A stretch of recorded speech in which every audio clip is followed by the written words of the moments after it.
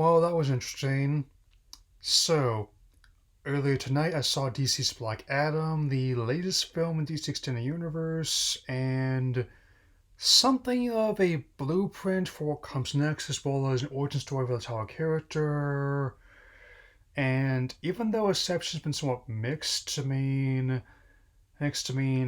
been slightly, it leveled out slightly below both Man of Steel and WO84, as well as above 2016 Suicide Squad and Batman vs Superman, which is basically what I'm noticing.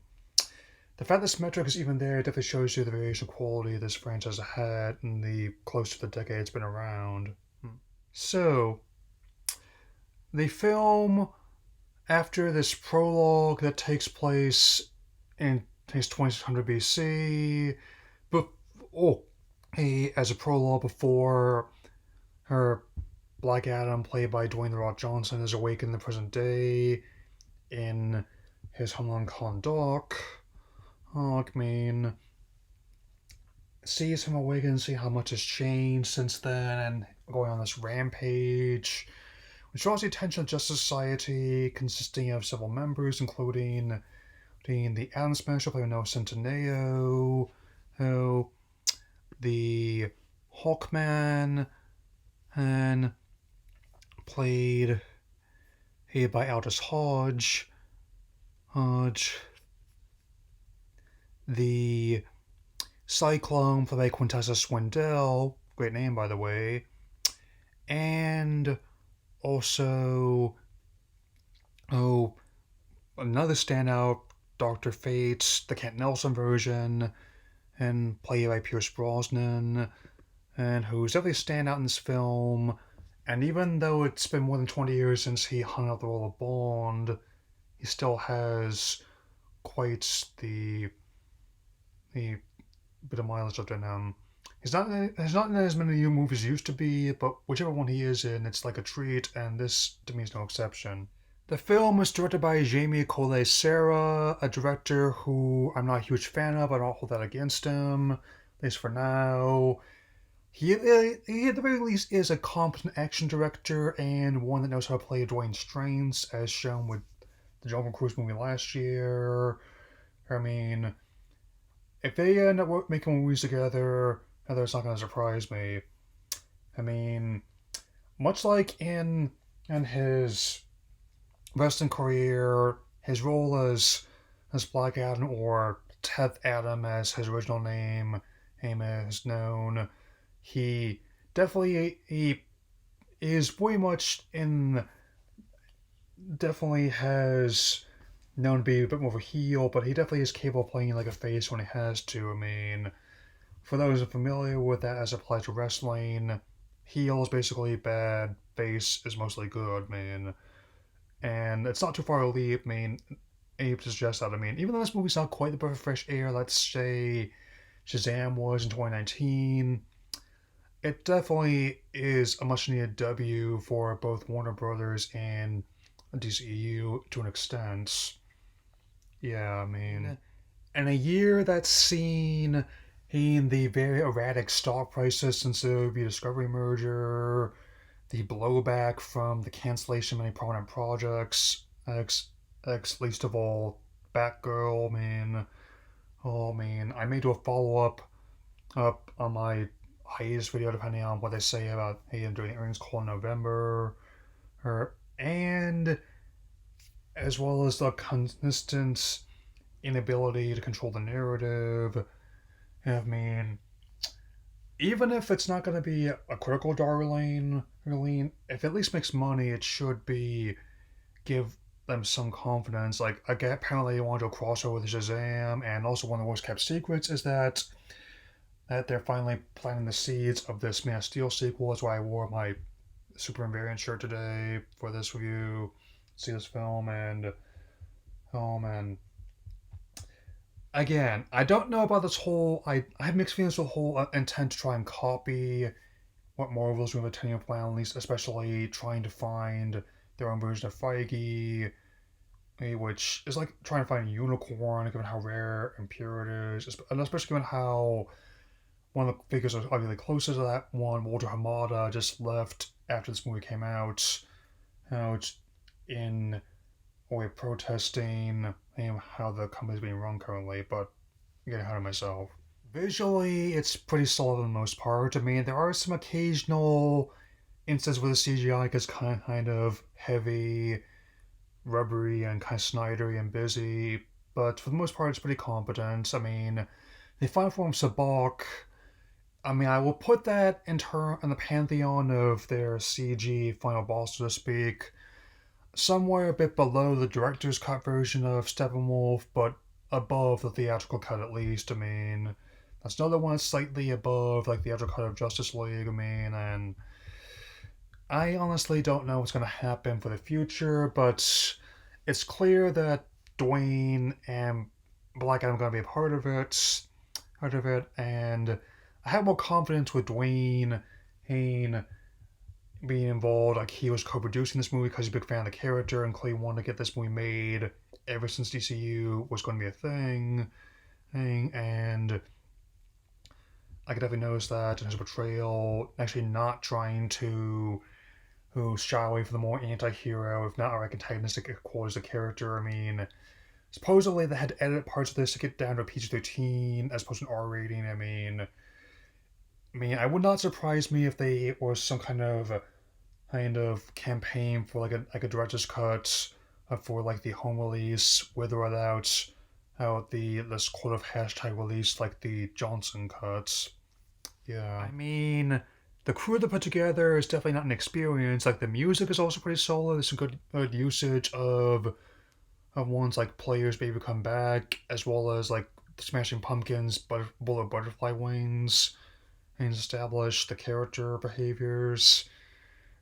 And also Lauren Balfe's score I'm liking quite a bit. Not my favorite DC score by any means. It's definitely not going to be on the same pedestal as where we put like Elfman's Batman, Williams Superman, or even the No Man's Land theme for Wonder Woman, but I definitely consider myself listening to this in the middle of editing or writing thing on downtime.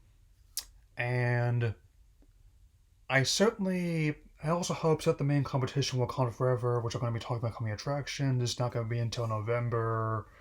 And so I'm open to seeing not just big names like Batman, Superman, Wonder Woman in the near future, but also arguably characters that aren't as well known to more casual fans like Adam with Justice Society. Yeah. As for trying to find a comparable figure to Feige, I do not know. I'm one of those people that wants not just like the superhero centric cinematic universes, but also ones in general to be successful for own reasons, like how even under the same umbrella, both the Conjuring verse, which I'm not a fan of, but I understand its appeal, and the Toho Monsterverse, which features Godzilla, Kong, other giant monsters, hers managed to carve out their own niches. It's like sometimes you can't always reach for the goal, which is basically what Marvel has. Like sometimes shooting for silver is doable, and I definitely I'm the kind of people that wants things to be successful on merits and not be accused of or outright being copies. If I did see parallels to other ones under their umbrella, so it's not the best film I've ever seen from their banner, but it's far from the worst as well. It's not a complete trash fire like some people have been saying, but it's also not going to be my favorite film of the year, or my favorite DC film for that matter. It's not quite as the best I've ever seen, but I give it like a solid 3 out of 4, 4 or 5 at the most. So let's get into the coming attractions. First up, Black Panther: Wakanda Forever. I've been meaning to address for a while, and now the time is upon me. Coming out on November 11th, a little over 4 years since the last movie came out. It was planned to be coming out sooner before, everything happened. In fact, they had to basically rework the entire movie after the untimely and tragic passing of Chadwick Boseman, and they're going to be working that into the plot. I don't know who for sure is going to be a taking of the mantle. Black Panther helps out establish there was a title than one person, and they presented several candidates.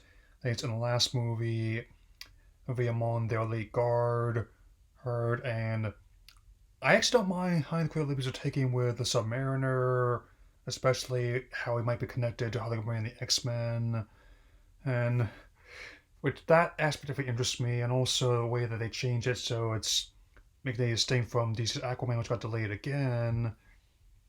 I mean, Veterans Day weekend tends to be an okay, tends to be a pretty big movie going weekend, and it's definitely the one I'm excited for the most that month. Because the next one I'm going to be talking about much less so. Okay, so November 23rd, Devotion. No, it's not related to the infamous SPC game that got yanked from storefronts.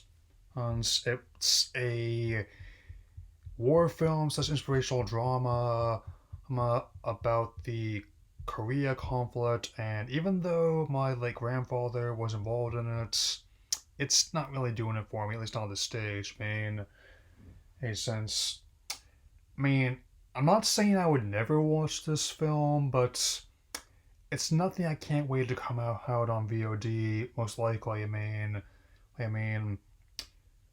now Strange World, this animated homage to pulp sci-fi, that put out another new advert and a few more. It could be fun.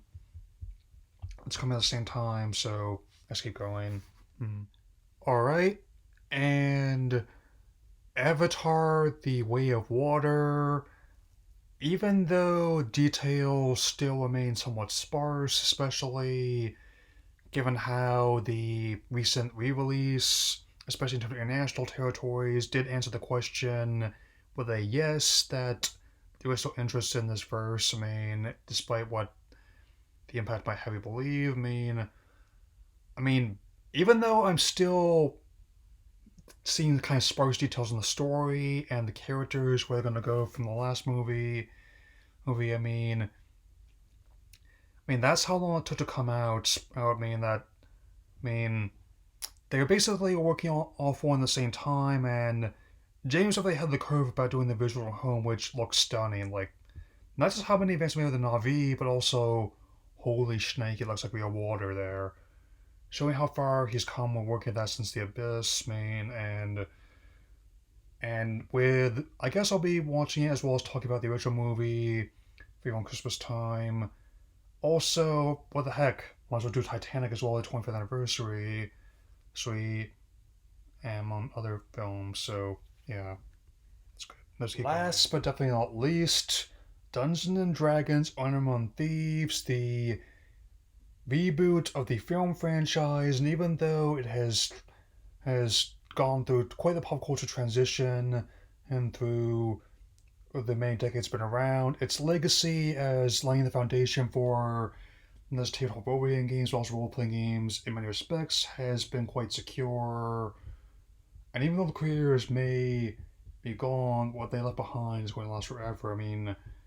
And being homage to everything from Dexter Library to Stranger Things, I think it's definitely the right time to take another crack at it. And I'm actually liking the approach they're taking, game where it's something kind of like a fun, more loose take compared to like the how other adaptations, like Rings of Power, House of the Dragon.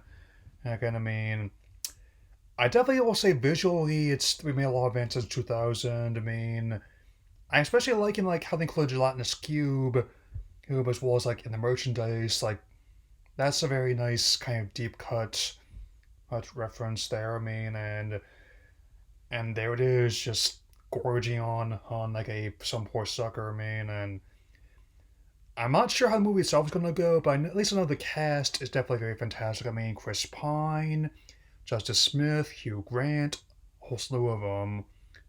And also the director, Rob, is a big fan of the game as well, so I can definitely tell he's gonna have one. Like, for all its fails, I can't imagine being most of the 2000 movies I might look at when this one comes out.